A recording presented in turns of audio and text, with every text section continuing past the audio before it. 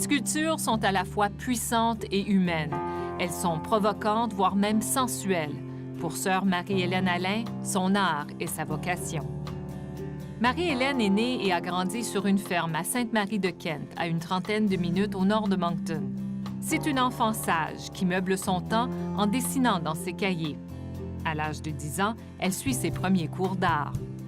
Marie-Hélène entre chez les religieuses de Notre-Dame du Sacré-Cœur à 16 ans. Elle devient enseignante, mais sa communauté l'encourage à développer ses talents d'artiste. En 1967, elle se retrouve à l'École des beaux-arts de Montréal pour apprendre à enseigner les arts plastiques. C'est là qu'elle découvre la sculpture. Marie-Hélène Allain a participé à plus de 50 expositions au Canada, aux États-Unis et en Europe. Ses sculptures font partie de plusieurs collections publiques autant que privées. Marie-Hélène Allain habite toujours son village natal de Sainte-Marie-de-Kent. Aujourd'hui, je la retrouve dans son atelier.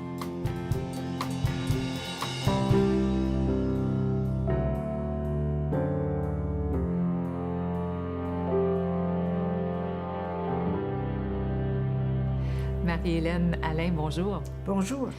Vous êtes sculpteur. Comment est-ce que vous décririez votre art, ce que vous faites? Je crois que j'ai maintenu, depuis les tout débuts jusqu'à maintenant, une tendance à exprimer comme une force de vie. Et au tout début de mon travail, j'avais tendance à faire des œuvres complètement comme des monolithes que je sculptais, qui étaient très organiques. On dirait que je cherchais à donner à la pierre une sorte de vie à travers un être vivant. Mm-hmm. Mais c'était non ressemblant, si tu veux. C'était pas nécessairement un animal, un poisson.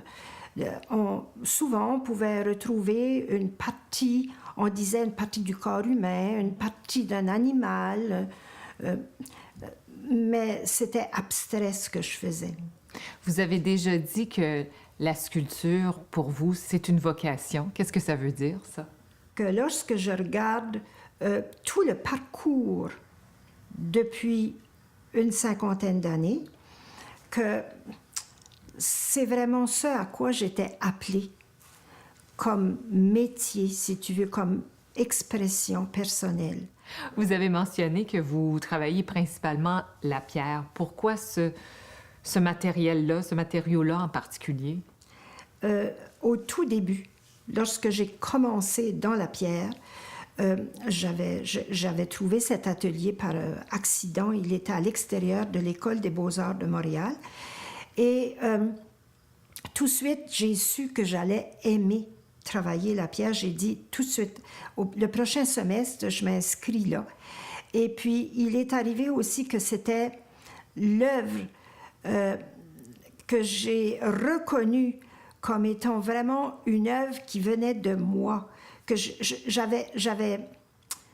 j'avais comme exprimé quelque chose de moi dans cet objet-là, que j'avais vraiment fait une œuvre de création. Il me semble que j'ai expérimenté ce que c'était. Et puis, j'ai découvert que le matériau même est très dur. Il me résiste. Et il me donne du temps pour rêver un peu et décider à mesure où je m'en vais. Et ça correspond tout à fait à mon fonctionnement, à moi. Est-ce que qui ça n'est pas très spontané. Est-ce que ça vous arrive des fois d'utiliser d'autres matières? Je pense que oui. Oui, oui. Avec le temps, j'ai laissé paraître du métal. Puis le métal est devenu un morceau important aussi dans l'assemblage et qui prenait un sens dans les rapports que les matériaux avaient les uns avec les autres. Et maintenant, j'utilise le bois de plus en plus parce que c'est un petit peu moins lourd que le métal. C'est ça, j'ai utilisé des os, oui. Vous avez mentionné qu'au tout début,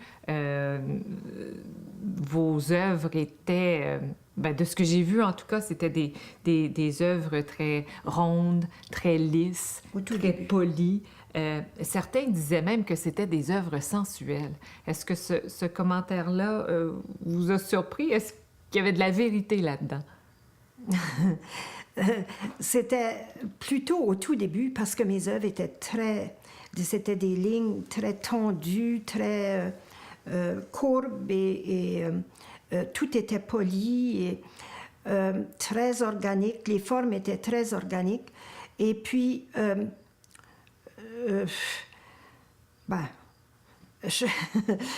oui, je n'ai jamais essayé de me battre contre cette perception qu'on avait de mes œuvres. Je me disais, ça fait partie de la nature. Mm-hmm. Et je sentais qu'il y avait, oui, qu'il y avait de la vérité là-dedans.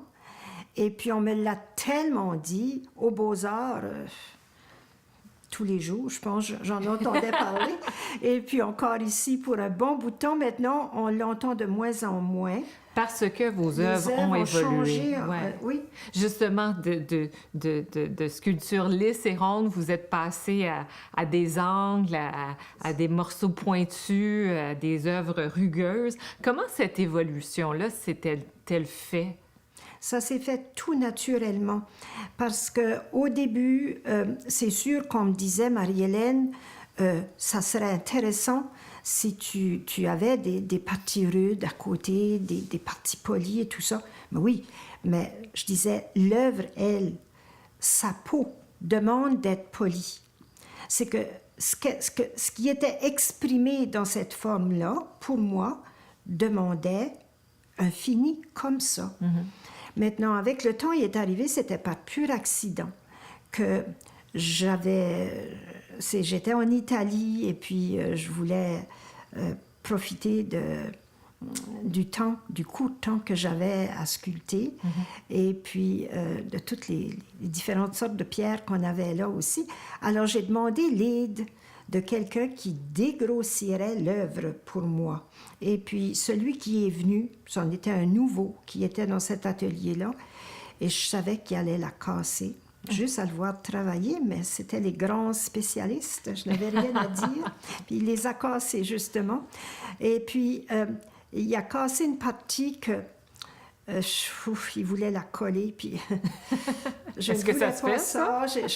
Alors, éventuellement, il y a une de mes amies qui a dit, pourquoi que tu le laisses pas comme ça, puis tu verras à la fin. J'ai pensé, oui, mais je vais tout travailler mon morceau, et puis après, il faudra que je recommence à le rapetisser, à travailler.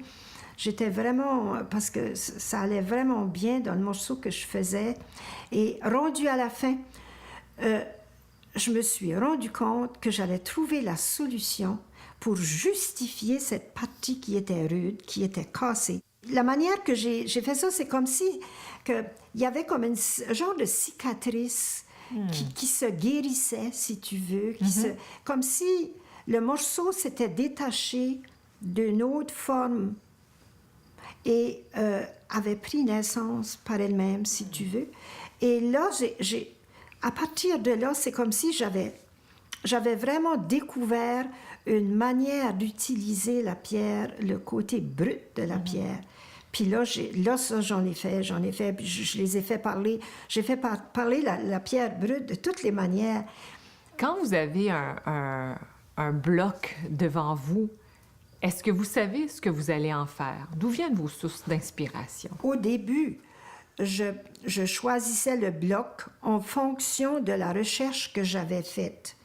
Je faisais de la recherche soit dans un morceau de terre, de styromousse, ou je faisais des morceaux à 3 dimensions et je faisais beaucoup de recherches comme ça. Et je partais d'une forme où j'avais déjà une idée générale de ce que j'allais faire.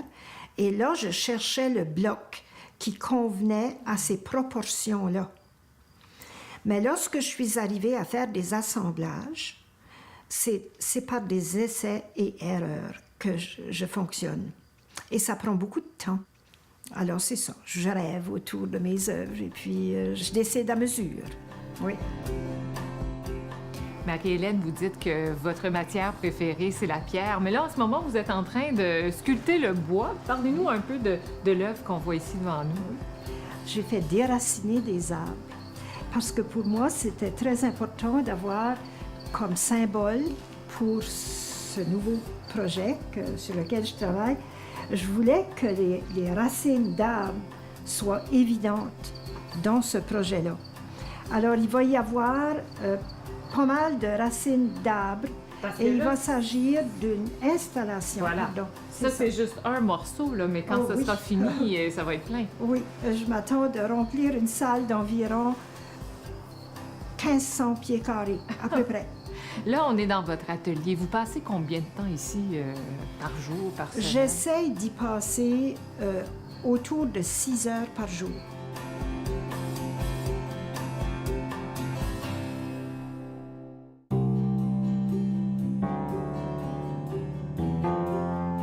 Ce que vous faites, c'est un travail très physique. Vous manipulez les pierres, vous utilisez des gros outils. On voit que vous avez des bonnes mains. Est-ce que ça prend un entraînement spécial pour ce que vous faites? Ça ne prend pas un entraînement spécial, mais à mesure que j'ai sculpté, c'est sûr que probablement que mes muscles se sont développés, mes mains se sont développées aussi. Vous avez pas mal au dos des fois? Oui, parce que j'ai trop pris de risques, j'ai voulu lever trop pesant. Et alors, ça, c'est un petit problème. Il y a des mots qui n'ont pas été guéris, si tu veux. Je fais des exercices tous les soirs, alors pour essayer de me garder en forme. Mais à part ça, je ne fais pas d'autres entraînements, je n'ai pas le temps. Je voudrais juste ajouter un peu de perspective, là. Une sculpture, ça pèse combien? Il n'y en a pas deux qui pèsent la même chose.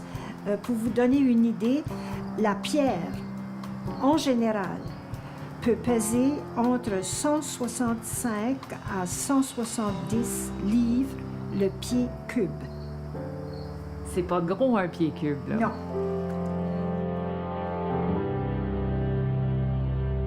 Marie-Hélène, vous avez grandi pas très loin d'ici, hein, ici même dans le village de Saint-Marie-de-Kent. À quoi ressemblait votre enfance? J'ai grandi sur une ferme. Il est arrivé que mes parents n'ont pas pu avoir d'autres enfants que moi, à un temps où il y avait des grandes familles autour chez nous.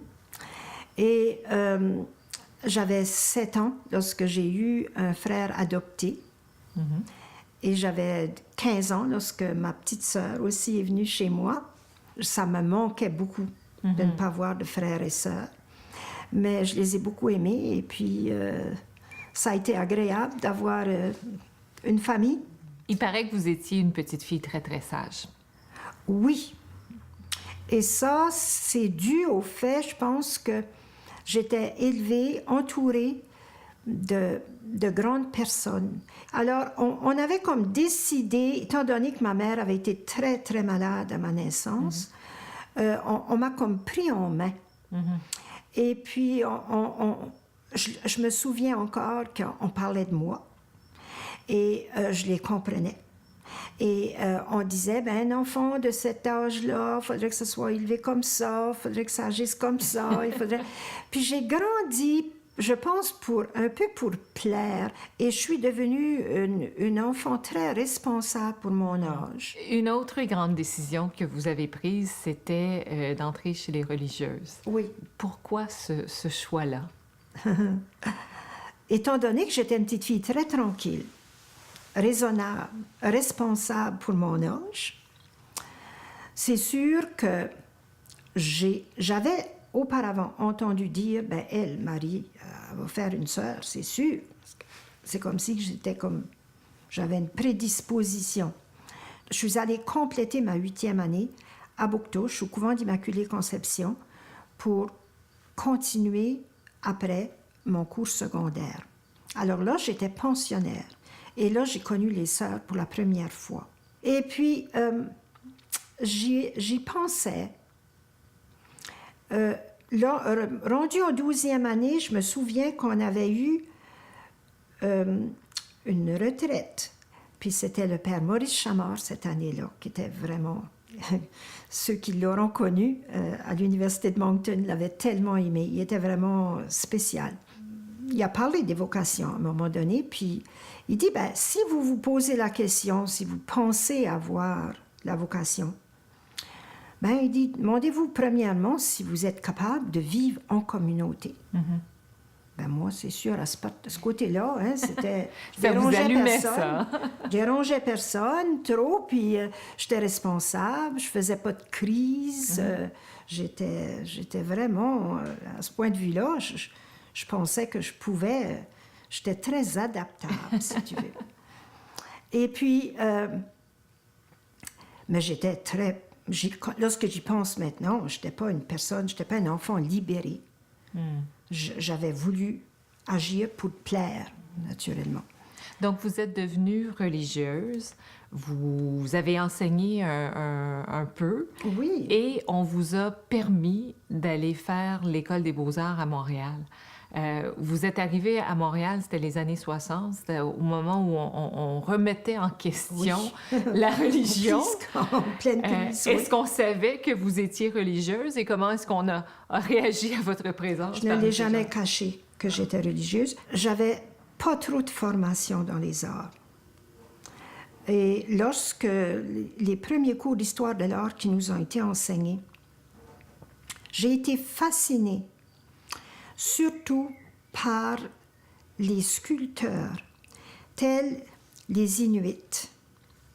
Michel-Ange, je les nomme parce que je pense que ce sont les principaux parmi beaucoup d'autres qui m'ont plutôt fascinée. Henry Moore. Puis ce qui me fascinait, c'était la force de vie que je sentais dans ces œuvres-là. Je me rappelle très bien d'avoir vu une œuvre esquimaude, une œuvre inuite, là, qui avait peut-être 2 pieds de hauteur. Et c'était un Esquimau qui essayait de résister à un ours qui était debout. Là. C'était corps à corps. Là. J'oublierai jamais la sensation que j'ai eue devant cette œuvre-là. Je me disais, cet artiste-là a vécu l'expérience qu'il décrit là. Tellement que je sentais ça fort. Marie-Hélène, on est chez vous, à Sainte-Marie-de-Kent. Quelle est la rivière qu'on voit là aussi? C'est la rivière Bouctouche. Elle prend sa source naturellement de la mer. Et puis, il y a aussi des sources qui viennent de Saint-Paul-de-Kent, qui est le village suivant. Donc ici, l'eau, elle est un peu salée. La famille Alain, votre famille est ici depuis combien de temps à Sainte-Marie? Mon Dieu, c'est depuis longtemps. C'était dans les 1800. C'est Élie Alain, le premier Alain de ma lignée à moi. Parce que moi, je suis la fille de Joe à Gonzague, à Thomas, à Élie. Alors, c'était le grand-grand-père de mon père qui est venu le premier s'installer ici. Est-ce que vous pourriez vous imaginer vivre ailleurs qu'ici? J'ai déjà vécu ailleurs. J'ai vécu à Moncton et puis à Bouctouche aussi. J'ai vécu à Bouctouche. Oui, je pourrais vivre ailleurs. Lorsqu'on a décidé de construire l'atelier, on a suggéré Sainte-Marie parce qu'on avait le terrain pour le construire. Et en plus de ça, mes 2 parents étaient ici. Ça tombait bien. Et j'ai été capable d'apprécier mes racines. Ça a été vraiment important pour moi. Je suis très contente d'être revenue.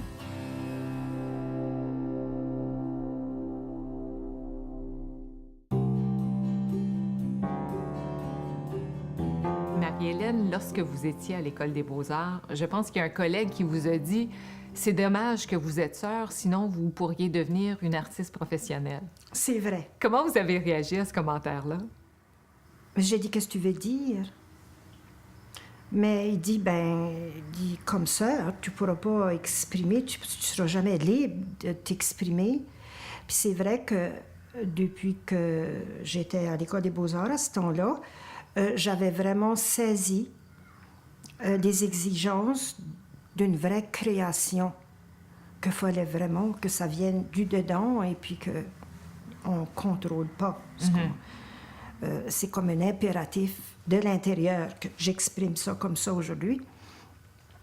Et puis en plus de ça, ben, on me disait que mes œuvres étaient très sensuelles. Et puis, je me souviens que le gardien de l'École des Beaux-Arts, il rentrait souvent. Il disait, moi, je rentre ici plus souvent qu'ailleurs parce qu'il dit, je viens voir, je viens flatter tes œuvres. Alors, en tout cas, moi, je ne m'étais jamais posé cette question-là. Je me rappelle la première année, quand je m'en suis revenue, avec tout mon bagage, ce que j'avais fait déjà à l'École des Beaux-Arts, on a dit, Marie-Hélène, on veut voir ce que tu fais. Bien, il y avait là-dedans, on avait eu beaucoup de modèles vivants, par exemple, comme exemple. Là. Et je suis allée dans la galerie du gymnase et j'ai tout exposé, tous les dessins que j'avais faits. Et comment est-ce qu'on a réagi à votre expo? Bien, on était intéressés. Il y en avait qui enseignaient, qui me demandaient pour avoir de mes dessins pour mettre dans leur classe. Ils ne mettaient pas naturellement les nus dans les classes, mais... moi, c'était toutes des expériences. Puis personne m'a parlé que c'est comme si que ça allait de soi. C'est un peu comme quelqu'un qui faisait un cours d'infirmière, mais je veux dire, ça faisait partie du cours, ça faisait partie de la vie, d'observer la nature, le corps humain comme les arbres, comme le reste. Est-ce que le fait d'être religieuse, est-ce que ça vous définit comme artiste? Aujourd'hui, je peux dire que ma vie religieuse et ma vie artistique, c'est comme si c'était un. Parce que être religieuse, ça m'a comme mis dans un cadre, si on peut dire, qui m'a permis de prendre un temps fort, par exemple, pour méditer, pour réfléchir, pour faire de la lecture, plus du côté spirituel et tout ça, la prière et tout ça. Et puis, avec le temps, naturellement, j'ai approfondi les choses. Et ma raison d'être en communauté aussi, parce que j'étais rentrée très, très jeune, alors j'ai beaucoup cherché au cours de ma vie religieuse le sens de ma vie. Le sens des choses et le sens d'un choix, et je cherche encore le sens dans mes œuvres. Je fais rien qui n'a pas de sens, si tu veux. Faut qu'il y ait sa raison d'être et tout ça. Et oui, ma vie religieuse, mais au tout début, on me disait, Marie-Hélène, tes œuvres sont très spirituelles. Puis je pensais, c'est parce que je suis une sœur qui dit ça. Parce que moi, je faisais des œuvres abstraites. Puis je voyais pas où est-ce qu'ils voyaient du spirituel dans ce que je faisais.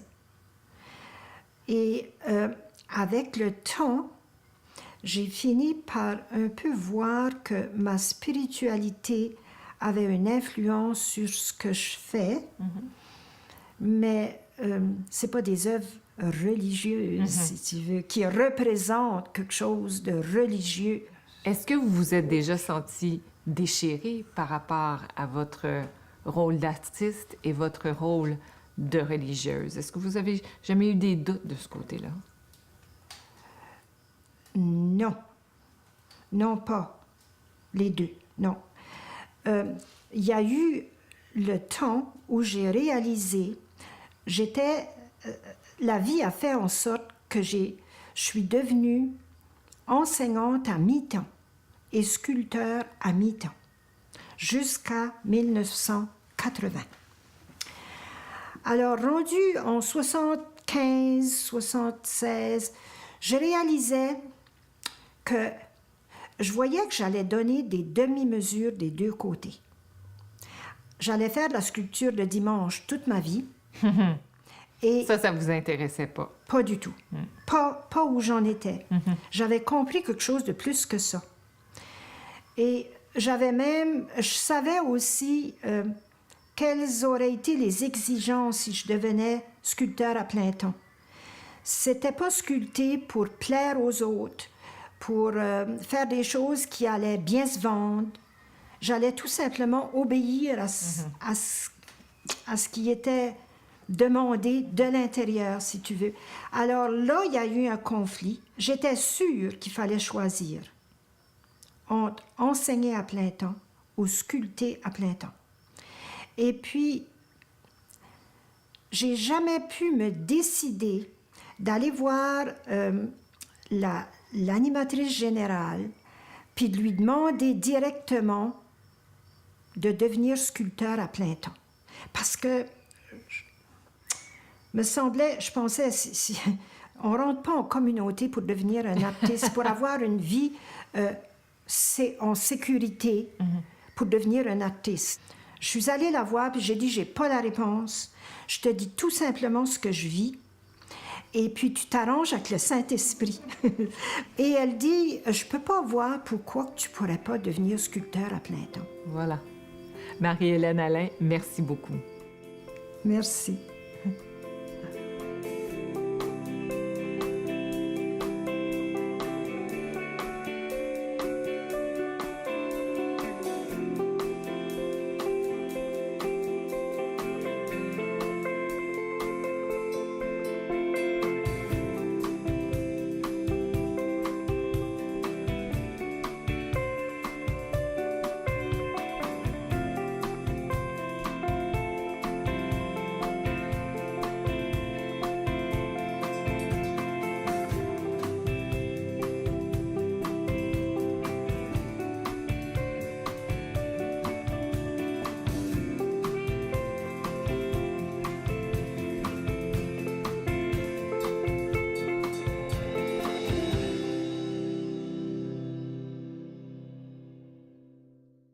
Marie-Hélène Allain a participé à plus de 50 expositions au Canada, aux États-Unis et en Europe. Ses sculptures font partie de plusieurs collections publiques autant que privées. Marie-Hélène Allain habite toujours son village natal de Sainte-Marie-de-Kent. Aujourd'hui, je la retrouve dans son atelier.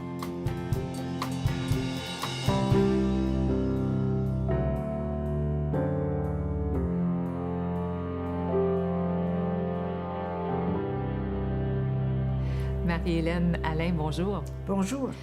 Vous êtes sculpteur. Comment est-ce que vous décririez votre art, ce que vous faites? Je crois que j'ai maintenu, depuis les tout débuts jusqu'à maintenant, une tendance à exprimer comme une force.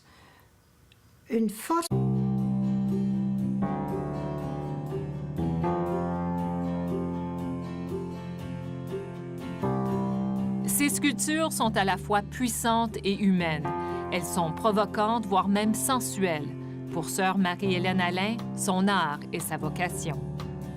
Marie-Hélène est née et a grandi sur une ferme à Sainte-Marie-de-Kent, à une trentaine de minutes au nord de Moncton. C'est une enfant sage qui meuble son temps en dessinant dans ses cahiers. À l'âge de 10 ans, elle suit ses premiers cours d'art. Marie-Hélène entre chez les religieuses de Notre-Dame du Sacré-Cœur à 16 ans. Elle devient enseignante, mais sa communauté l'encourage à développer ses talents d'artiste. En 1967, elle se retrouve à l'École des beaux-arts de Montréal pour apprendre à enseigner les arts plastiques. C'est là qu'elle découvre la sculpture. Une force de vie. Et au tout début de mon travail, j'avais tendance à faire des œuvres complètement comme des monolithes que je sculptais, qui étaient très organiques. On dirait que je cherchais à donner à la pierre une sorte de vie à travers un être vivant. Mm-hmm. Mais c'était non ressemblant, si tu veux. C'était pas nécessairement un animal, un poisson. Souvent, on pouvait retrouver une partie, on disait une partie du corps humain, une partie d'un animal, mais c'était abstrait ce que je faisais. Vous avez déjà dit que la sculpture, pour vous, c'est une vocation. Qu'est-ce que ça veut dire, ça? Que lorsque je regarde tout le parcours depuis une cinquantaine d'années, que c'est vraiment ce à quoi j'étais appelée. comme métier, si tu veux, comme expression personnelle. Vous avez mentionné que vous travaillez principalement la pierre. Pourquoi ce matériel-là, ce matériau-là en particulier? Au tout début, lorsque j'ai commencé dans la pierre, j'avais trouvé cet atelier par accident. Il était à l'extérieur de l'École des beaux-arts de Montréal. Et tout de suite, j'ai su que j'allais aimer travailler la pierre. J'ai dit tout de suite, le prochain semestre, je m'inscris là. Et puis, il est arrivé aussi que c'était l'œuvre que j'ai reconnue comme étant vraiment une œuvre qui venait de moi, que j'avais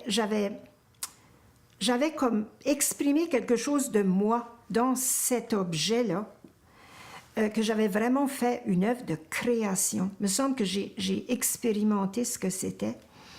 Et puis, j'ai découvert que le matériau même est très dur. Il me résiste. Et il me donne du temps pour rêver un peu et décider à mesure où je m'en vais. Et ça correspond tout à fait à mon fonctionnement, à moi, Est-ce que qui ça n'est vous... pas très spontané. Est-ce que ça vous arrive des fois d'utiliser d'autres matières?